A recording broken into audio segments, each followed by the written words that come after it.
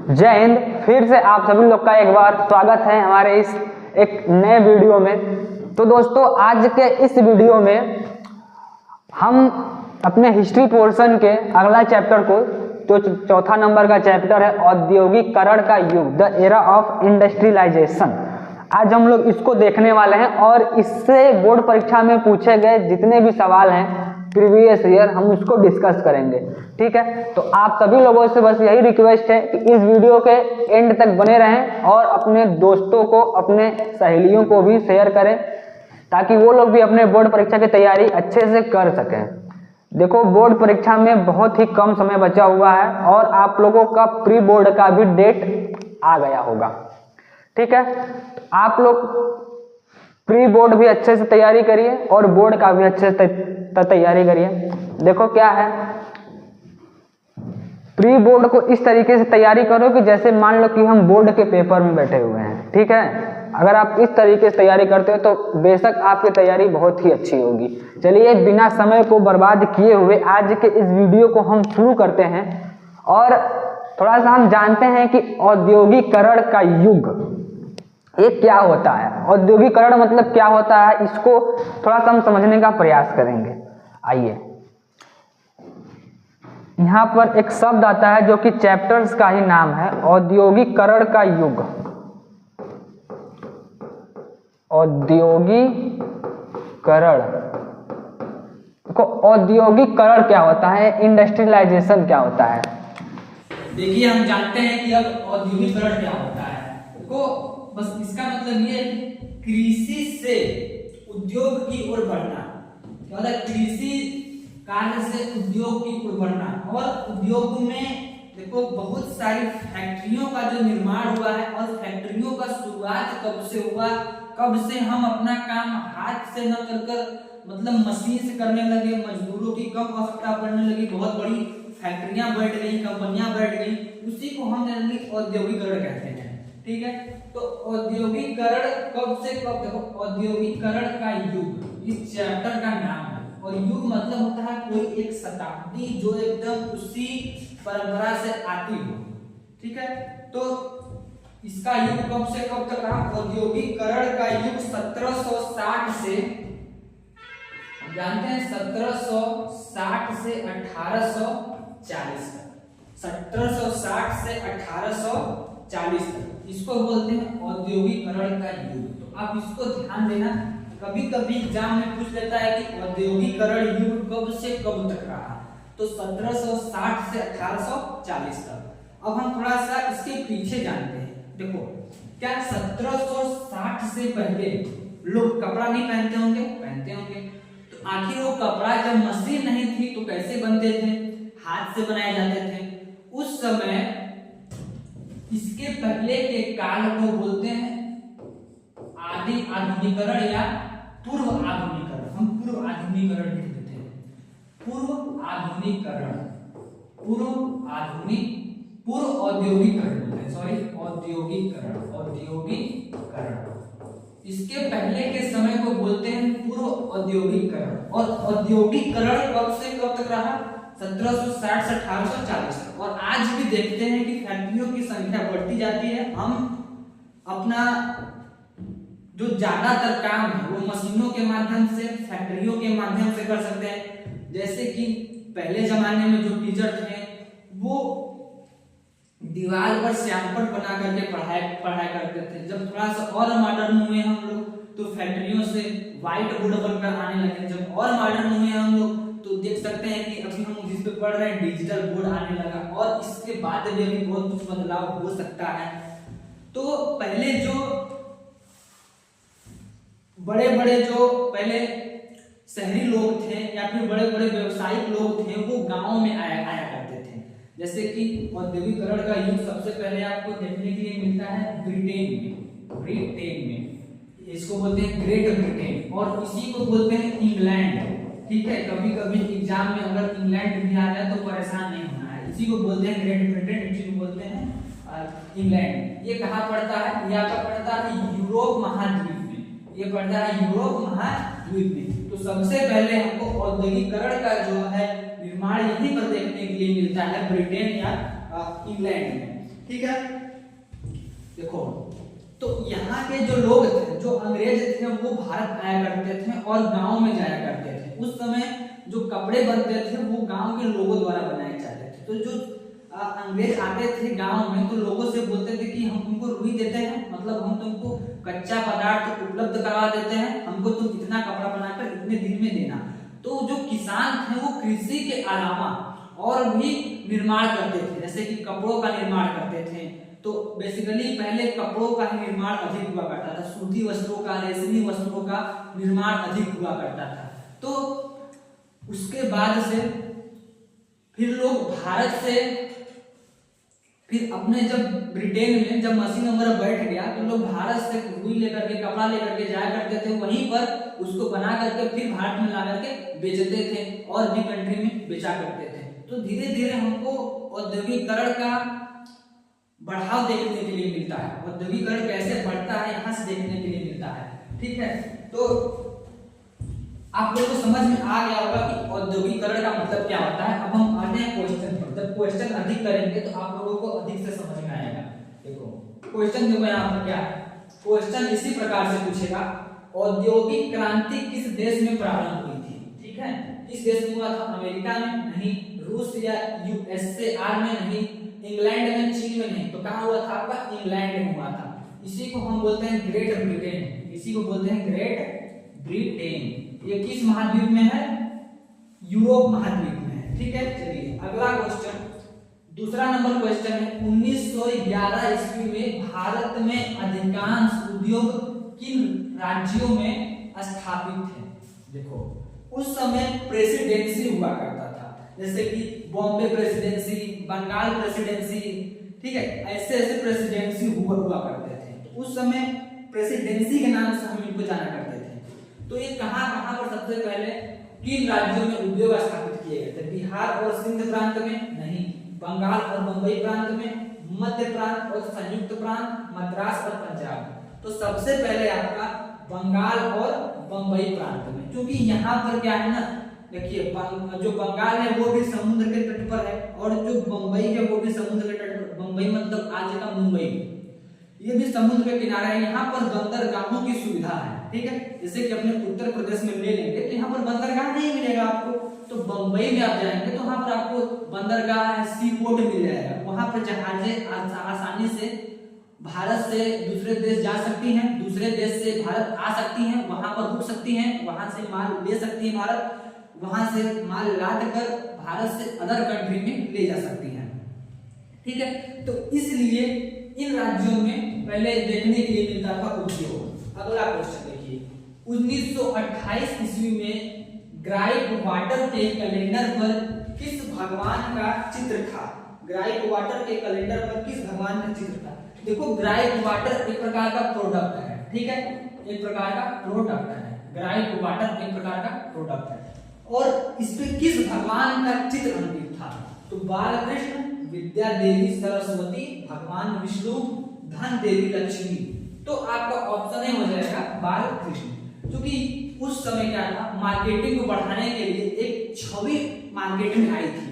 इसी को बोलते हैं बालकृष्ण की छवि को लोग लगा करके। और भी जो क्या होता है कि अगर गांव भर में आप देखते होंगे कोई आ गया सामान लेकर के बाहर से, उस पर किसी भगवान का चित्र अंकित है और बोल दिए कि अगर ऐसे कोई अफवाह फैल गया इसको श्री राम खाते थे, तो महिलाएं हो जाएंगी अरे हम भी खरीदेंगे, हम भी खाएंगे। महिलाएं इस पे ज्यादा आकर्षित होती हैं। तो उसी को एक प्रकार से बोल सकते हैं कि मार्केटिंग को बढ़ावा देने के लिए इसकी छवि आई थी।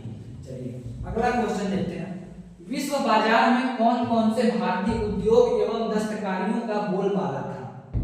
देखो जूट और कागज, सूती और रेशमी कपड़े, जेवरात और हस्तशिल्प, बर्तन और कांच। तो उस समय जो विश्व बाजार में था वो सूती और रेशमी कपड़ों का अधिक बोलबाला था। चलिए अगला क्वेश्चन, सूची 1 को सूची 2 से सुमेलित कीजिए।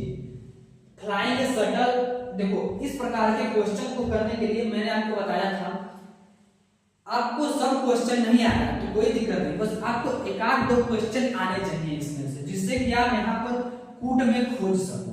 तो देखो अगर मान लो मुझे ये पता है कि म्यूल एक मशीन है, ठीक है। म्यूल एक कपड़ा बुनने वाली एक मशीन है, और स्पेनिंग जेनी, स्पेनिंग फ्रेम, ये सब भी मशीन ही है, ठीक है।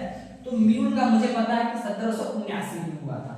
तो डी का पहला, अब देखो इसमें खोजो डी का पहला कहाँ है। डी का पहला ये वाला है, मतलब कि एकदम क्लियर है कि ऑप्शन सी आपका सही होगा। अब इसके माध्यम से आपको ये भी पता चल गया कि ए का चौथा होगा, फ्लाइंग शटल जो था 1733 में, और बी का तीसरा मतलब 1765 में, सी का दूसरा यानी 18वीं शताब्दी में, डी का पहला 1779 में। चलिए अगला क्वेश्चन देखते हैं। देखो ये जो स्पेनिंग जेनी मशीन है, ये मैंने आपको पिछले वीडियो में बताया था, और आपको ये जो मशीन है ये कपड़ा बुनने वाली मशीन है। ये मशीन कौन बनाया था? तो जेम्स हारग्रीव्स नाम के एक आदमी थे जो कि ये मशीन बनाए थे। अगर आपको ये मशीन एक्चुअल में देखना है तो आप उत्तर प्रदेश के बनारस में चले जाओ, बीएचयू विश्वविद्यालय में, वहां पर आपको ये देखने के लिए एक भारत कला भवन है। जैसे ही आप उस भवन के अंदर एंट्री करोगे तो वहां पर आपको ये स्पेनिंग जेनी मशीन देखने के लिए मिल जाएगा। अगला क्वेश्चन देखिए, यहाँ पर एसरेशन और रीजन दिया हुआ है, मतलब कारण और कथन वाले क्वेश्चन है। एक प्रकार का क्वेश्चन एकदम फिक्स होता है कि एक सूची वाला प्रश्न आएंगे और एक कथन और कारण वाले प्रश्न आएंगे, तो एकदम दोनों को आपको सेट करना है। ब्रिटेन की महिला कामगारों ने स्पेनिंग जेनी मशीनों का विरोध किया था। अब विरोध क्यों किया? देखो क्या है, जो गरीब लोग थे पहले वो अपने हाथों से कपड़ा बुन करके मार्केट में बेचते थे, तो क्या होता था कि उन आदमियों का भी फायदा होता था, कृषि के अलावा और भी अन्य कार्य करते थे तो उनको फायदा होता था। अब उनके बदले मशीन आ गया। जैसे आज आप देखते होंगे कि जिस फैक्ट्री में पहले 100 मजदूर काम करते थे, आज उसी फैक्ट्री में 20 मजदूरों से काम हो जा रहा है, और 80 मजदूरों का जो काम है वो मशीन कर रही है, ठीक है। तो इसी प्रकार से जो पहले की जो महिलाएं थी वो स्पेनिंग जेनी और भी जो मशीन आई, म्यूल आई, इनका विरोध किया कि इन मशीनों की वजह से हम लोगों को दिक्कत हो रही है, हम लोगों की आर्थिक स्थिति गड़बड़ हो रही है, तो इसीलिए वहां पर विरोध किया गया। अब कारण क्या है? महिलाओं ने स्पेनिंग जेनी, वही कपड़ा बुनने वाली एक मशीन थी, का विरोध इसलिए किया क्योंकि इसके उपयोग से बेरोजगारी बढ़ने की आशंका थी। पहले कपड़ा बुनने के बहाने लोगों को रोजगार दिया जाता था, अब कपड़ा बुनने के लिए मशीन आ गया तो लोगों को रोजगार मिलता ही नहीं है। इससे ये लगा कि अब बेरोजगारी बढ़ने वाली है, इसलिए महिलाओं ने वहां का विरोध किया, ठीक है। तो यहाँ पर क्या हो जाएगा, आपका कथन कारण की व्याख्या कर रहा है और दोनों सही है, तो ऑप्शन डी हो जाएगा। ए और आर दोनों सही है तथा ए इसकी आर इसकी व्याख्या भी करता है। अगला क्वेश्चन देखिए, निम्नलिखित में से कौन सा सुमेलित नहीं है?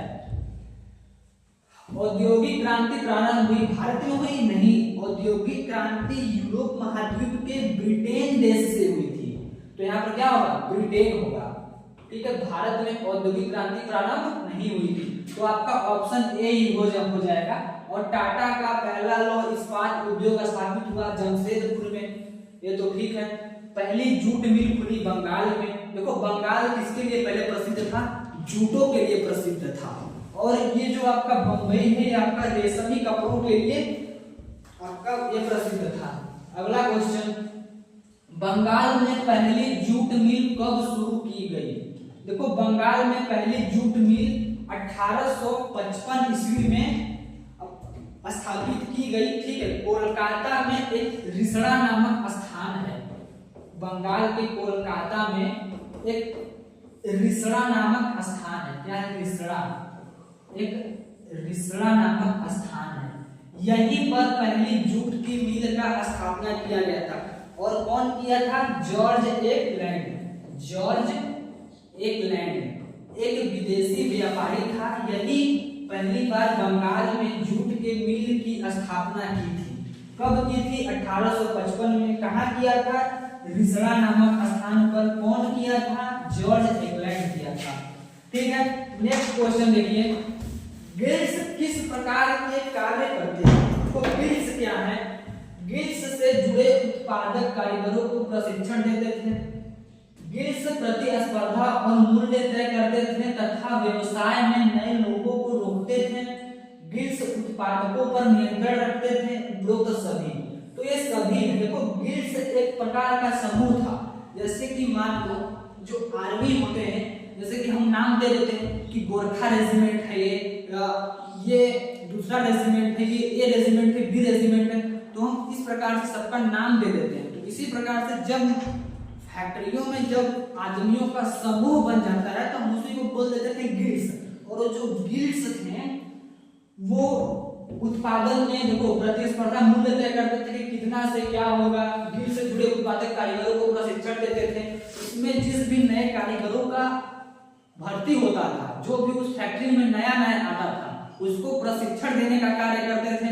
ठीक है, तो चलिए अगला क्वेश्चन देखते हैं, गुमास्ता क्या है। देखो गुमास्ता एक वेतनभोगी कर्मचारी है। ठीक है, गुमास्ता एक वेतनभोगी कर्मचारी है। अगला क्वेश्चन, अभी हम आगे इसको डिटेल में भी समझेंगे। अगला क्वेश्चन देखिए, ईस्ट इंडिया कंपनी के बुनकरों पर निगरानी रखने, माल इकट्ठा कराने और कपड़ों की गुणवत्ता जांचने हेतु नियुक्त वेतनभोगी कर्मचारी को कहा जाता था। देखो इसी को गुमास्ता कहा जाता था। ठीक है, इसी को गुमास्ता कहा जाता था। ईस्ट इंडिया कंपनी की स्थापना कब हुई थी? 1600 ईस्वी में। ईस्ट इंडिया कंपनी की स्थापना कब हुई थी?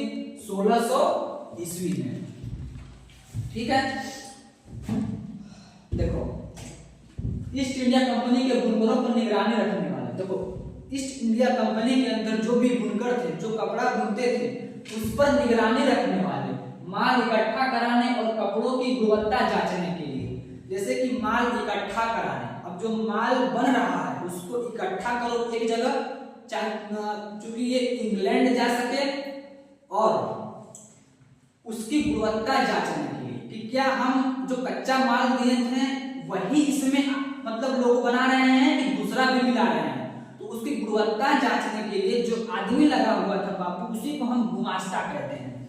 ठीक है, चलिए अगला क्वेश्चन, स्पेनी जेनी मशीन का प्रयोग निम्न में से किस कार्य हेतु किया जाता था? तो जो स्पेनी जेनी मशीन था वो कताई प्रक्रिया को तेज करने के लिए, वो कताई के लिए था, कपड़ों की धुलाई के लिए नहीं था, वो सूत काटने वाली मशीन थी।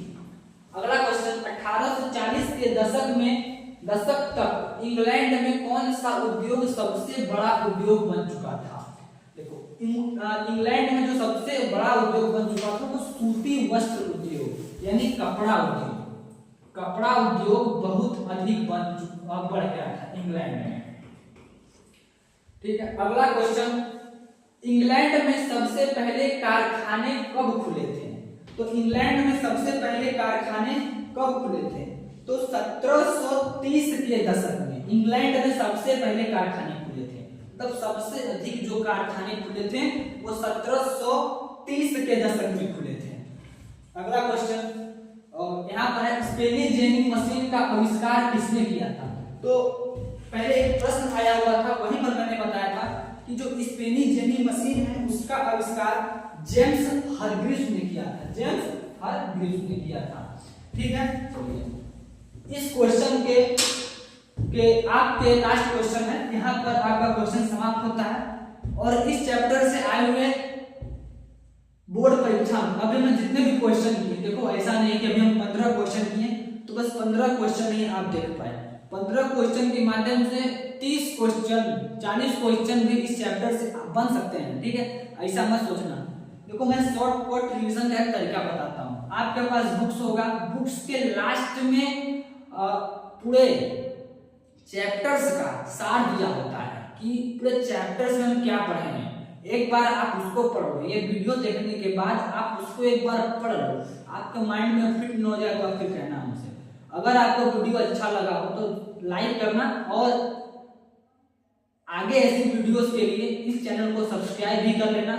आप लोगों का बोर्ड परीक्षा बहुत ही कम समय बचा हुआ है बोर्ड परीक्षा देने में, और आप लोगों का प्री बोर्ड भी शुरू होने वाला है। 7 जनवरी से कहीं शुरू होगा, कहीं कुछ और डेट होगा, लेकिन जो गवर्नमेंट स्कूल हैं, जो गवर्नमेंट से एडेड हैं, उसमें 7 तारीख डेट आ चुका है। और बोर्ड एग्जाम का 18 फरवरी से है।